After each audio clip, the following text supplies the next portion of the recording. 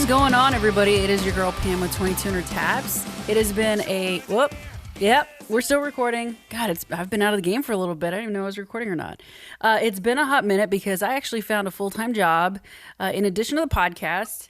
I have not pushed out content. I'm a horrible host, but screw it, because it is what it is, and we're still pushing through as best as we can. I've got some really exciting things coming up, but first, I have my very first guest in a while. The dude is like a celebrity in the veteran world. He is a medically retired, I'm assuming, veteran. And once I introduce him to you guys, some of y'all might fangirl. Some of y'all may just be like, I have no idea who he is, but let's hear it, right? So without further ado, I want to introduce to you retired Staff Sergeant Shilo Harris. What's up, dude? Oh, thank you so much, Mr. Braga. It's a pleasure to meet you. Glad to be on the show, 2200 Tap. And, when I met you at the celebrity softball game that, we had there in Arlington, wasn't it, this year? Mm-hmm. A few months ago. Yep. Yeah, oh my gosh. I enjoyed our visit. I had such a great time. And I'm sorry it took so long for me to get on the show. We had a crazy summer. How about you? How was your summer? It was bananas. It's been bananas. But busy's always good. So, we met at the celebrity softball game that our buddy Tim Clun put on, and a bunch of veterans and celebrities. And at the end of the day, people were like, "How was it?" I'm like, you know what I realized? Like, veterans are way cooler to hang out with than celebrities. Like, Yeah. maybe that's a dig, maybe it's not. I don't know. But at the end of the day, when we've got a buddy of ours taking his leg off and another buddy of ours going at bat with it and actually getting on base, it's hilarious, dude. So you get a group of us dysfunctional veterans around, you never know what's going to happen. So I'm just glad we connected. I'm super, super glad. It's an honor to have you here on the show. I think it's just going to help cultivate. Oops. Oh, you're good. You're a busy man. See, I'm telling you, Shiloh's like a celebrity in our own world. So, all right, man. So, welcome back. Hey, so I know your story is out there. It's all over it's like, if you just Google your name, it's everywhere. You've shared it many times. So I'd like to just hit on a little bit of it and then really tackle what we want to promote and help, because we got some good things coming up, especially around the 20th anniversary 9/11. But my listeners, some of them may not know your story. When you're ready, I'd love to just kind of take them on a little journey and then dive into the good stuff. But I want people to really know who you are and what made you who you are today. So take it away, man. So, Pam, I'm just going to tell you, I still feel really blessed to live the life that I live. And, despite me being injured and looking the way that I do, I still think I do pretty well. There are times that I walk into a room and literally everybody will stop and look like, wow, what happened to that guy, But I guess over the years, I've just learned to, I guess you could say in a way, appreciate it. I guess it's better than people not recognizing, but something I appreciate more than, them, stopping to take notice is, when they actually ask questions about why it happened and how it happened. And I'm very proud of my military service. So, of course, I'm not shy about sharing my story with people. And I guess that's one of the reasons that I've been able to touch the lives that I have and become a motivational speaker and write a book and, and all these things. These aren't things that I necessarily sought out to do. I kind of feel like it was, I guess you could say, a God thing, it put me in the right place at the right time. And I've just been so very blessed in this lifetime. And I don't know, it's just, I couldn't have asked for anything better. And it's not what I expected when I joined the military. Heck, I expected to be a soldier for life. Mm-hmm. So you served in the military too, right? Yeah, I did 11 years in the Coast Guard. So Say that again. I did 11 years in the Coast Guard. Oh wow, Yeah. Coast Guard. Yeah. I believe it or not, I always tell my kids, I said, you got to go to school because I definitely want you in the Coast Guard or something cool like that. And my dad did the same thing. He was an infantry guy, Mm-hmm. and I say this kind of jokingly, but also seriously. Everybody wants their kids to have every option, but if they choose to be a grunt, then be a grunt. But I guess you can say that's what I did. My dad, he'd always tell me, I want you to be smart. I want you to do this. And I did. I finished high school and I got some college, and then, when 9/11 happened, I decided I want to join the military. Hmm. Well, my dad, he was a paratrooper, infantry guy. He went to Vietnam. He volunteered to go to Vietnam. He wasn't drafted. And when I called him to tell him that I was thinking about joining the military, the first thing he told me was like, join the Air Force or join the Coast Guard, join something cool. He's like, that way you can have a career. So, jokingly in a way, everybody has a job, and in the military, everybody sacrifices. That's for sure. Same thing with Yeah. our first responders, our peace officers, and I'm so thankful to be able to wear my uniform. But I chose to go into combat arms. I chose to be a cavalry scout, and I did well on my ASVAB, and they said, hey man, what do you want to do? And I was like, I want to be a scout, and they're like, we've got other jobs, and I'm like, no, I want to be a scout, man. I want to be on the ground, do That's my job. awesome. So I loved it. I don't hear that often. Like, I don't think I've met anybody that was like, man, I wish I'd have been well, no, I have, but like, we get a lot of like in branch, like rivalry where it's like, oh, you're a coastie. Oh, you're not tall enough to be a coastie and all this shit, right? But to hear like you did good on the ASVAB and you could have picked any other job, but you decided to just be a grunt, to be on the ground, front lines, let's go. That I don't hear that often, you know? I So mean, that's in a cool. way, I think it was by default because those are the stories I grew up on. Mm-hmm. Maybe if my dad had been telling me different stories, it'd have been different. But I heard some of those stories, and a lot of the guys from the Vietnam era didn't share their stories a lot. They were Mm-mm. very stoic, they were very private, and so the few stories that I did hear was all about combat, being on the ground and going through the jungle with his team. And so, I guess in a way that appealed to me as I got older. And, but it's just like in the Coast Guard, I have some friends that are in the Coast Guard that, they do more like DEA work kind of stuff Mm-hmm. now, where they're like on the coastlines, watching for, I guess, what do you call them? Like rogue boats or something? Pirate boats? How does that work? I know Yeah, I'm interviewing. No, I know, I'm like you're sorry. interviewing me. I'm like, wow, I'm not ready for this one. Yeah, I mean, you got the drug smugglers, you got the narco subs, you got all that craziness, like down, from down the South, Florida, like Cuba, all that madness, But we touch a lot of everything. Like we do search and rescue, we do that, we do aids navigation, we do maritime security, we do hell, we just do. We're like all over the place. And then in the span of 20 years, you could have had the same MOS, if you will, like a rating, but you could have Yeah. done like literally 20 different jobs. You don't just stay in that one job for 20 years. So that's why I loved it. It was just very like, yeah, if you hate what you're doing, you're going to be transferred out in a few years anyways. You're going to do something else, you know? So, Variety. Oh yeah, no, and hmm. I think that's what I enjoyed about the military too. And I mean, yeah, some of it got a bit redundant, but that's part of it too. Having a routine, taking care of your equipment, all that stuff. But mostly what we did is, like when we went to Iraq, scouts generally, well, in Iraq, almost all of us had the same job anyway when we got there. It didn't matter if you're an MP, engineer, infantry, cav guys. I mean, we all ate dirt. We all run those roads, watching for IEDs, and we all tried to catch the bad guys, And Meh. it was such a crazy front out there because it was hard to distinguish the bad guys, which is, I guess, what happened, to me being injured. And why it was so volatile is because you never really knew who the bad guy was.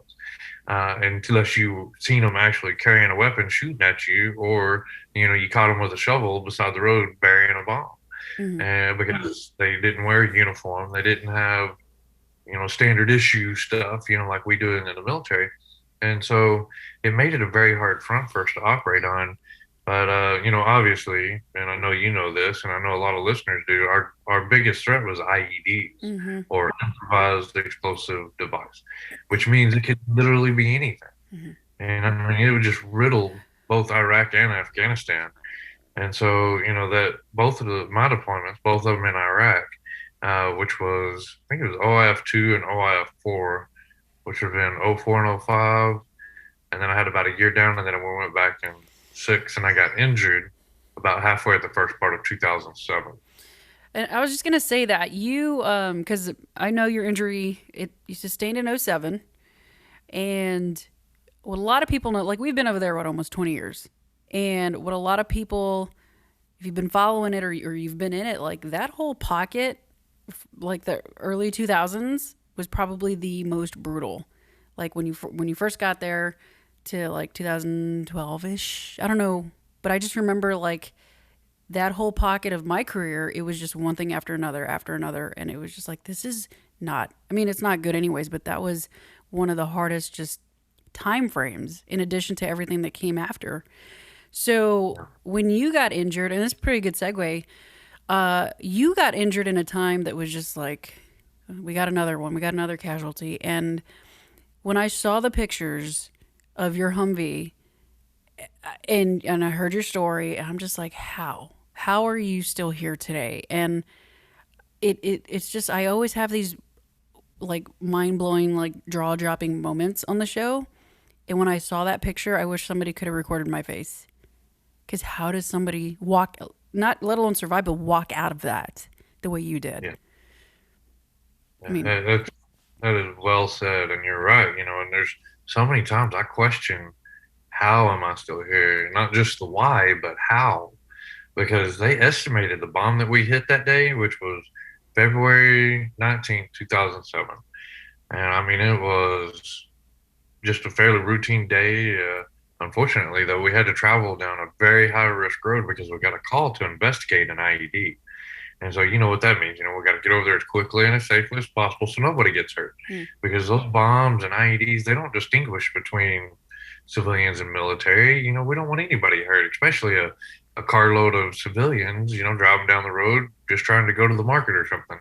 So, the area that we were working in was really remote to very, I guess you could say, uh, communities, kept spread out open.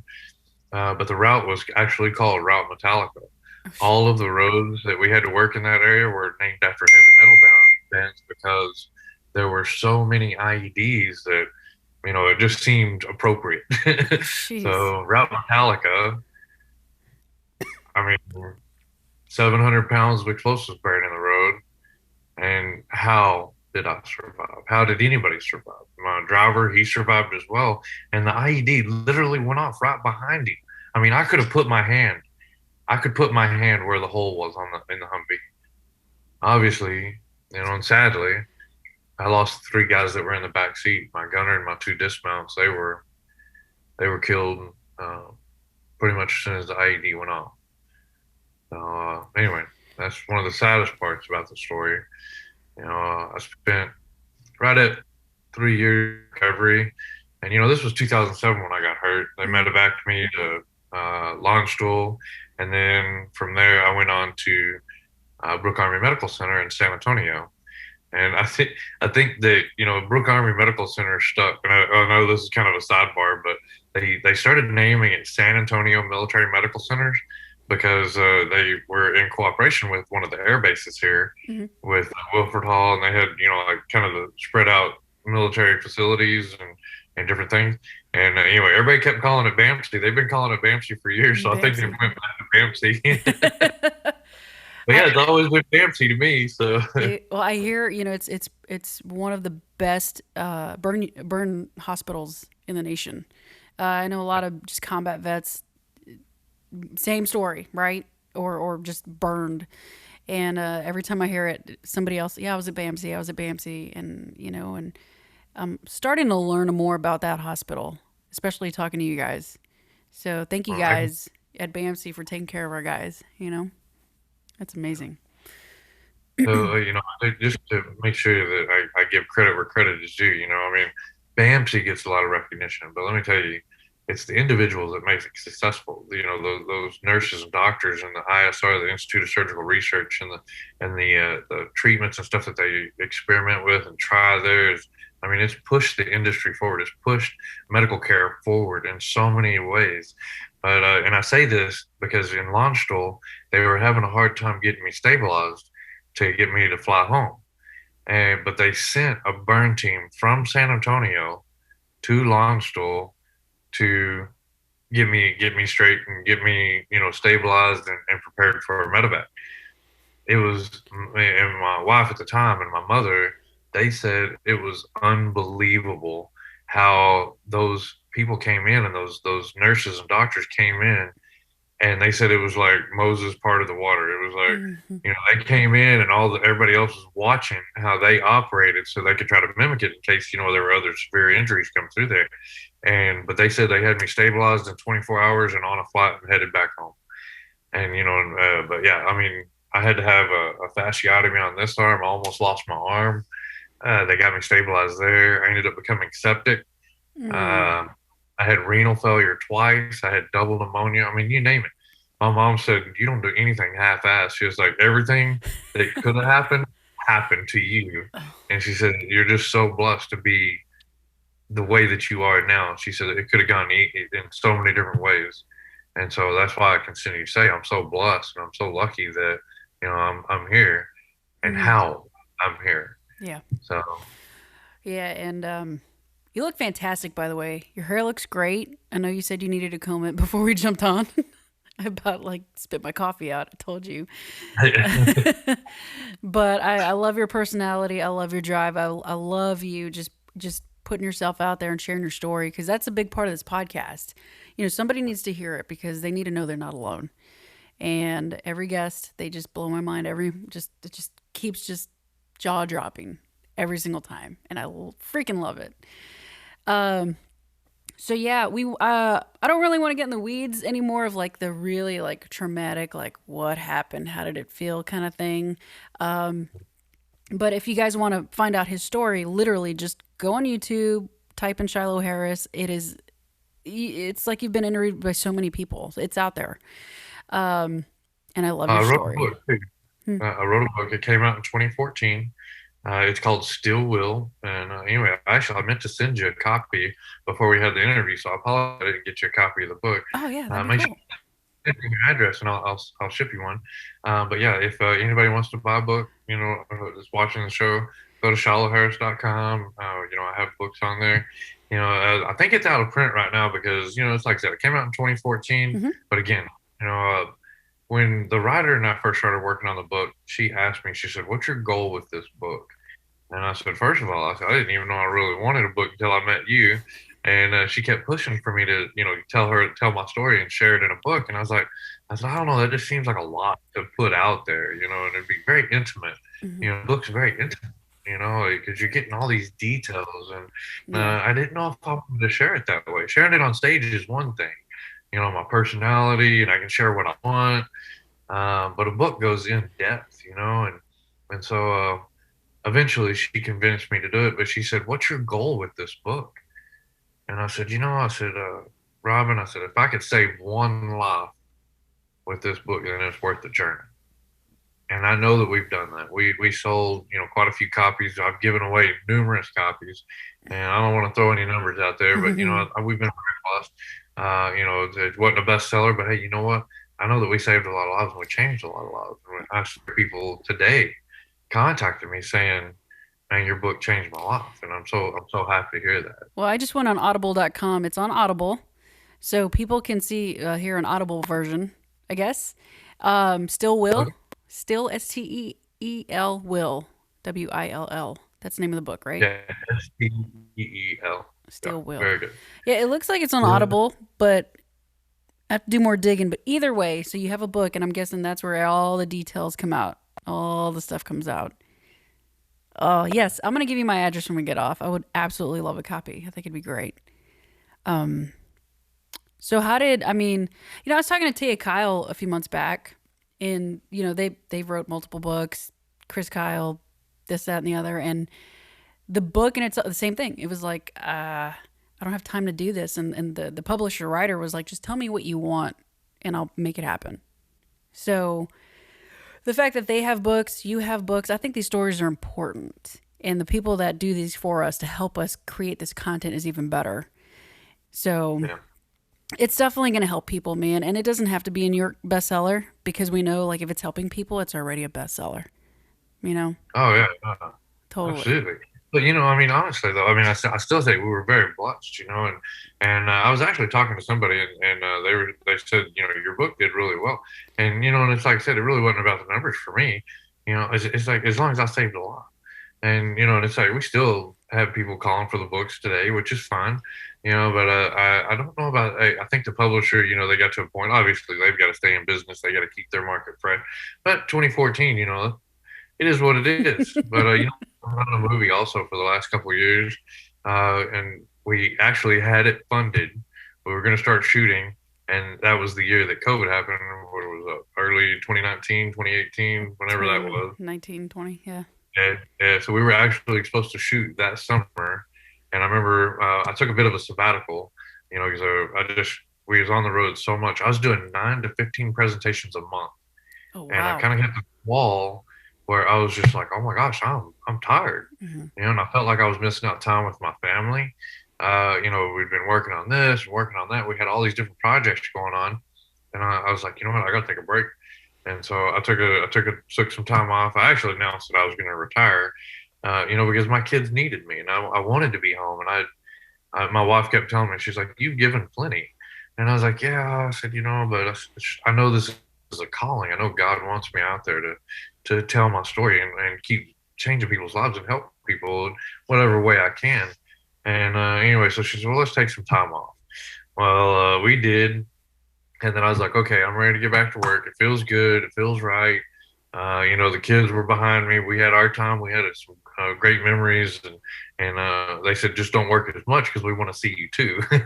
Totally. And so anyway, we're getting ready to get back out there, and that's when everything shut down. But again, we're still blessed, and so I decided to go back to school. I'm actually in school right now. Oh, I've nice. been involved a lot with some of the organizations out there, just to stay busy and stay active in the community. But I've been getting some speaking jobs, and but it's like I said, so much has changed since COVID happened that it's and for me again, it's not really about the work. It's just about how can I help, how can I contribute Mhm. to making the world a better place. Just as you said earlier, how can we make our communities better and stronger? And that's what we're doing. And so one of the organizations that I've been working with here lately is called Helping a Hero. And Mhm. I know I sent you the information on that gala, and this Yes. is an amazing event. I can't wait to attend as well. But I've been to a few of them. But Lee Greenwood has been a part of the organization for the last few years. Me and him, we got to know each other pretty well. And Lee Greenwood's, God Bless USA is Hmm. obviously amazing, and he's an amazing artist. And so, being friends with him is something that's been really a true blessing for me. But he started doing the Lee Greenwood Patriot Awards. Hmm.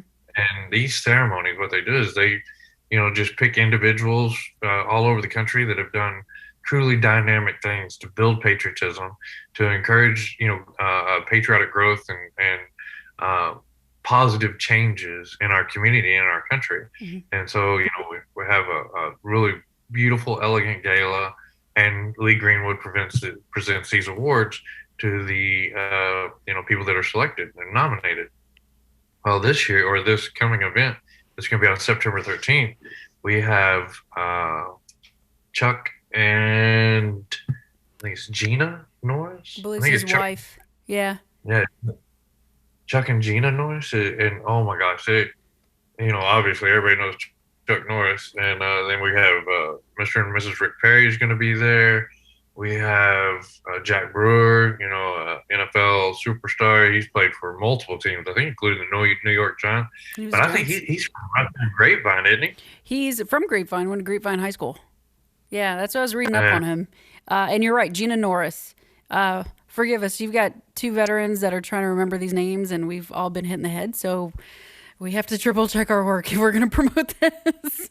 uh, So Chuck so I'm and pretty sure I Gina, said the name. what?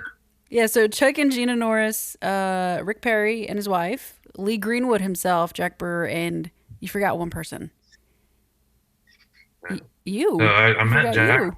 I met Jack a while back. Oh, I'm sorry. Go ahead. No, I said you forgot one person, and that person's you, dude. Oh, well, yeah. I don't want to miss it. But yeah, I met Jack a couple of events ago, and oh my gosh, he is such an amazing person too. He's high energy. He's out there changing lives. He does prison ministry and Oh, goes in and wow. helps rehabilitate individuals back into society. And anyway, the event that I met Jack was in Mar-a-Lago, Florida, and that was when we presented President Trump with the Patriot Award.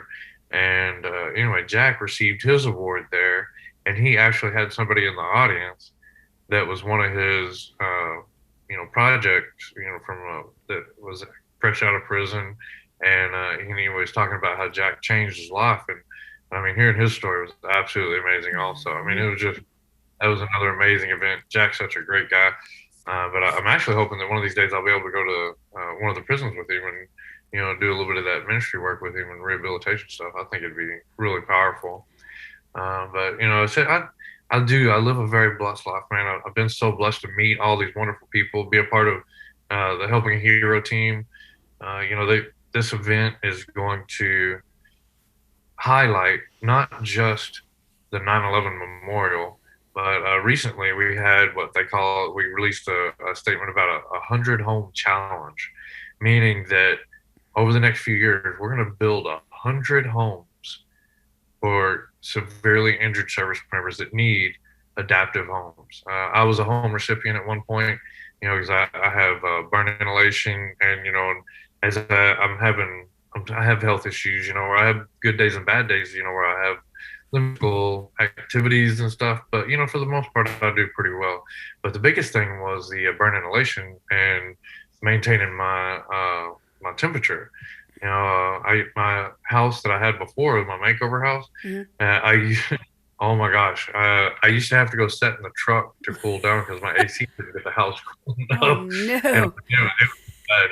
We lived on a dirt road, and of course here in Texas, there's dust and stuff everywhere Mhm. anyway. A lot of the times we're out here, kind of south of San Antonio, out in the country, and anyway, so that dust always poses a problem. I used to get sick pretty regular, and anyway, but yeah, the home that I received really helped change my life. It helped me be a better father, I think, in a lot of ways. But yeah, it's amazing. So this 100 home challenge, we're partnering with Bass Pro, Johnny Morris, Mhm. and he actually committed to building 10 homes initially, and then 25% of each home after that. And I'm going to tell you what, that is a phenomenal program, and we're going to change a lot of lives. So this event that's coming up, the Lee Greenwood Patriot Awards, that's what we're doing. We're going to be announcing that 100 home challenge. Well, we're going to be celebrating the lives that were lost on 9/11 20 years That's ago, amazing. and we're going to be giving some awards to just some deserving people. So I'm really happy about it. That's very cool. How can people like donate or attend, or because it's already coming up, it's around the corner, and once we push this out, I think some people may want to do that. So how would they go about doing that? Excellent question. So if you go to helpinghero.org, and in the events section, there's the events, and then there's contact information there. And anyway, but yeah, it's definitely an RSVP event. We've got some big names going to be there, a lot of wonderful people, and it's going to be fabulous. I can't wait. I can't wait Maybe. either, man. I on a personal like wish, if you will, I kind of want to see if y'all have some downtime, like maybe that Sunday or Monday, if you're up here in Dallas, to come Say out that. to, huh?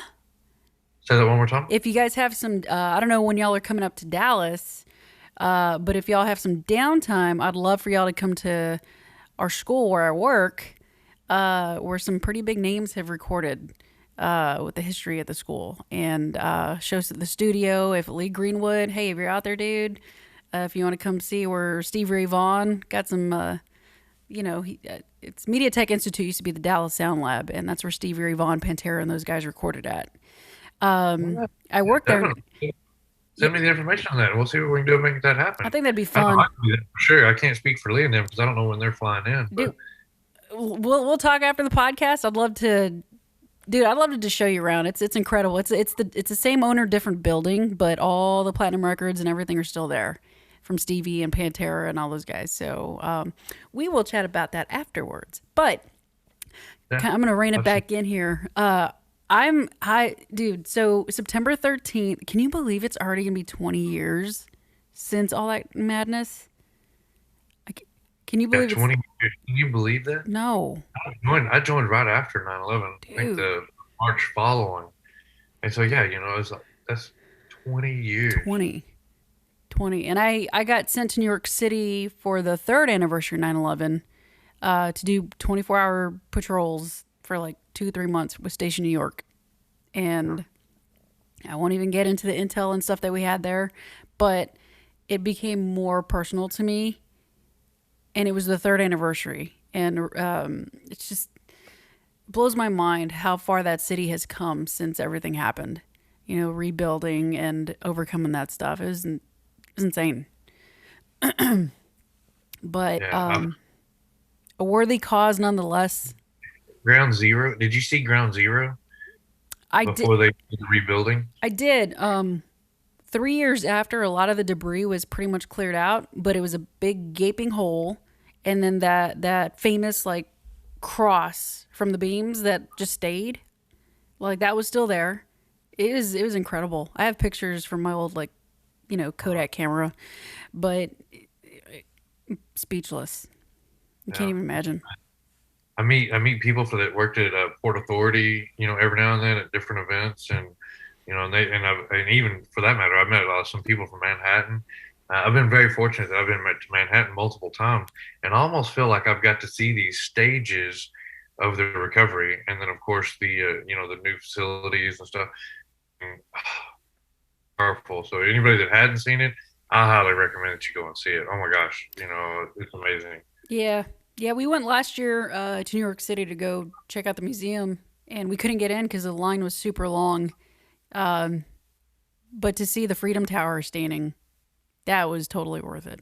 Just like there she Yeah, is, you know. it's powerful. Well, I think we're pretty solid on this podcast, man. I really wanted to capture the event that you're going to be at on Monday, um, and then a little bit of your story. But I'm truly honored that you gave me 30 something minutes of your time to really dive into who you are for my listeners, and then this event that's coming out, which I should be pushing this out if not later on today, tomorrow morning. So it will be Okay. on the platforms, and then I'll give you the link and all that fun stuff. But before I let you go, and stay on when I let my listeners go, but before we let them go, is there anything that you want to convey to them or encourage them, or especially right now in this crazy time, right? Is there anything you want to just kind of let them know? Yeah, so I'm really glad that you asked that because I wanted you to know that I'm usually in a little better spirits, and I apologize. Right now is a really testy time, I'm sure, for a lot of veterans, a lot of people that served Yeah. in Iraq and Afghanistan, or either one for that matter. But especially for those individuals that served in Afghanistan, right now what we've been watching on the news is, I mean, it's a true tragedy, and anybody that's ever been there and sacrificed, I mean, this has got to be really, really hard for them. I've been dealing with that, and I'm trying to keep my spirits up because, in a way, I had mine when we pulled out of Iraq and ISIS.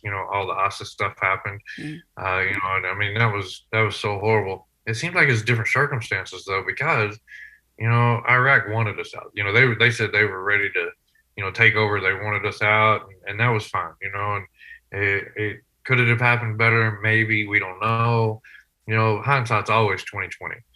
What we're facing here in Afghanistan, I think was poor planning for whoever it was, and I think that definitely somebody needs to be held responsible because there's American lives being lost still, and it shouldn't happen like that. And so, for any service member that is dealing with this right now, I want you to know you're not alone. We're all suffering in some way, watching the way this has unfolded. And I'll remind you, and I'll remind the world, we were attacked. Our nation was attacked on 9/11, 2001, where we lost almost 3,000 innocent lives in a matter of hours. And to this day, right now, we're still losing lives. 20 years later, when is it going to be enough blood? When is enough blood going to be spilled? It's done. We need to get over that. We need to get through it. And you know what I mean? It's just, I'm just sick to my stomach some days. And I think about, I watched how oppressed those people were in Iraq, and I know the same thing with Iraq. I mean, Afghanistan. You know, I feel so horrible for those young women over there, those children, and the things that they're going to have to experience. You know, with the Taliban taking over. And I'm fearful for our nation and for other nations over the next 20 years of the terrorists that's going to be bred right there in Afghanistan. And so, for anybody that's struggling out there, you're not alone.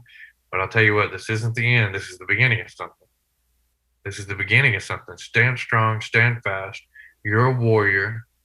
You're a soldier. You're a Marine. Keep your head up high. You served honorably. You did what you're supposed to do. And now what we can do is try to hold the home front. So God bless you, and God bless you, services, all of you. Well said, man. Well said. Thank you. Hang tight. Hang tight. We're going to chat a little bit more, but I'm going to let my listeners go, okay? Yeah, so there you have it, guys. Shilo Harris, dude, get on his website, go get his book, follow him, go to his events. Yeah, man, I'm just like, I'm speechless right now. So with that, guys, I'm going to let you go. Shilo, hang on, and we will chat with you guys later. Get ready because we got some really cool guests coming up. Peace out.